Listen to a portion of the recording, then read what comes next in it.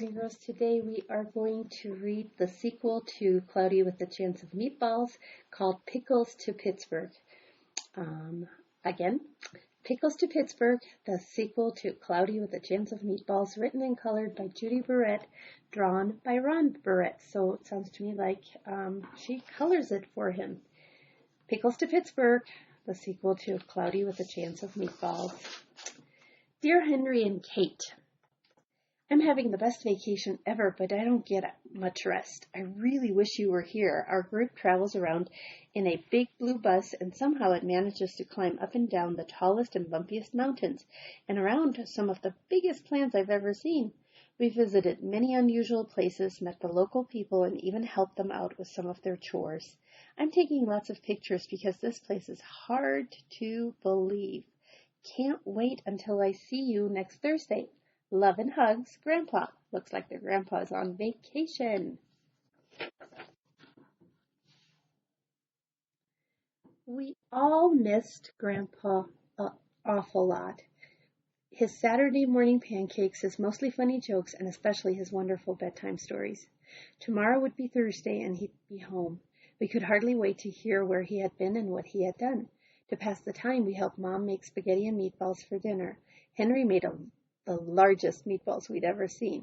They barely fit into the pot. Mom thanked us for helping, but asked that the meatballs be much smaller the next time.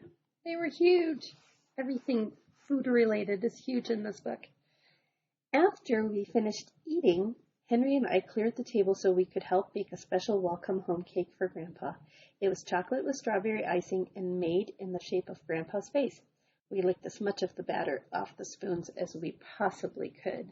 Looks like the dog is trying to help. I took Grandpa's postcard up to my room and put it on the little table beside my bed. I kept staring at it and wondering. The lamplight made bright a photograph of a wonderful place that seemed somehow familiar. I said goodnight to it and drifted off into my dreams. And here she goes, drifting off into her dreams. Surrounded by milky blue skies, and with Henry as my co-pilot, we carefully steer our plane through the large puffs of mist. Soon we find ourselves soaring over an island, a very lumpy island. From the air it looks like a gigantic feast. Immense vegetables, salads, and desserts lie beneath us. The mountains look like huge loaves of bread.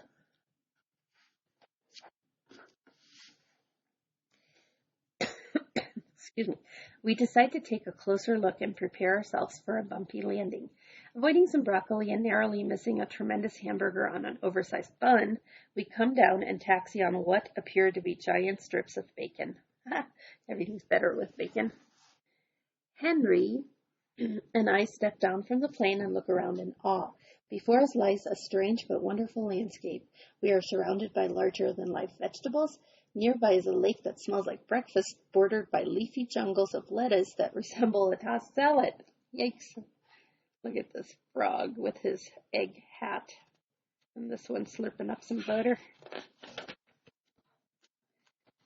We try to keep our balance as we walk around the top of a gigantic bagel and past a forest of towering carrots.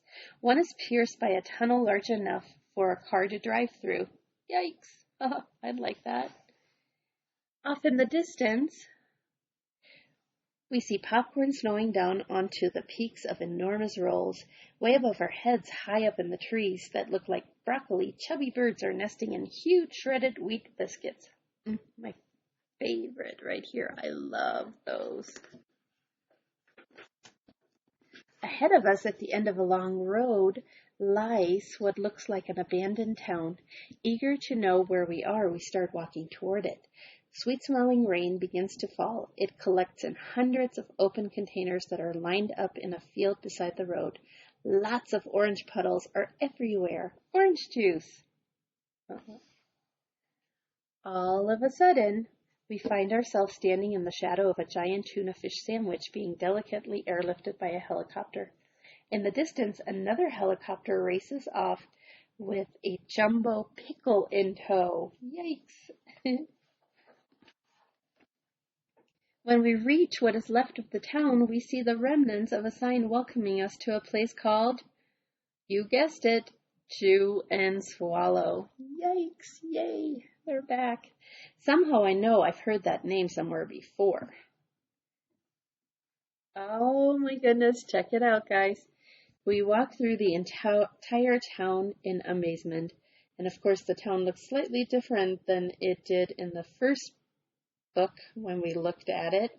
And so I want to show you the other picture. It's kind of fun. So we have before and cloudy with a chance of meatballs, normal little town. And then after with all the food on it, the giant food. So before and after. Kind of cool. Up ahead, lots of workers wearing helmets and dressed in matching uniforms are loading huge potatoes onto a truck. Other trucks sag under the weight of immense artichokes, enormous eggplants, and massive peas and carrots. Foot-long veal cutlets are stacked up to be packed for shipping.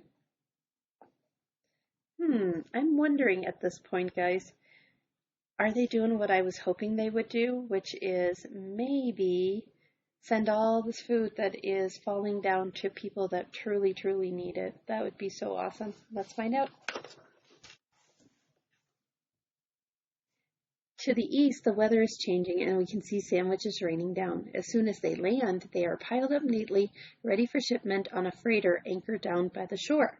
And on here it says shipping schedule: Monday, eggplants to Ecuador, chili to Chile, milk to Milwaukee, hamburgers to Hamburg. Tuesday, pickles to Pittsburgh. Hey, that's the title. Pears to Paris, artichokes to Argentina, and then a sentence I can't, or a title I can't read, and then sandwiches to Sandusky. Nice. So they are doing it. They are sending it to people that need food. Large reservoirs of milk and cream flow into extra large containers, which are lined up ready to be loaded onto a ship. Printed on the sides of the trucks are the words, Falling Food Company, large food for large and small countries, free. That is wonderful. So nice. See, it just flows right into these straws, and then they load it up onto the freighter.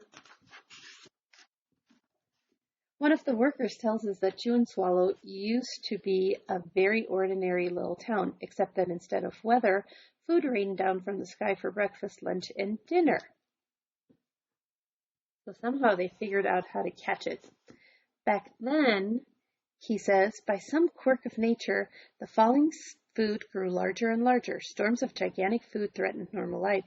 So the people took their belongings and sailed away to a new land on rafts made of huge slices of stale bread.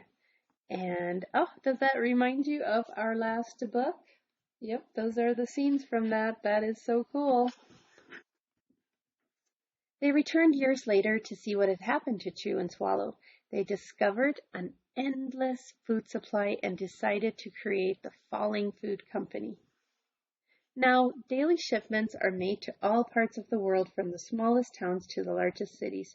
As soon as the food lands, it is wrapped, boxed, bottled, and packaged, and sent out to the people who need it.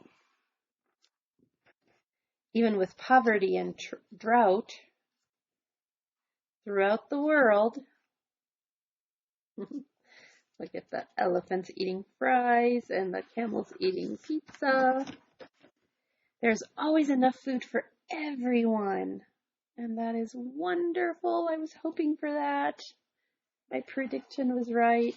Henry and I think this is a great idea. We wish we could stay and work here, but I don't think they hire kids. It's getting late and we hate to leave, but we really have to be heading home. Mom's expecting us for dinner.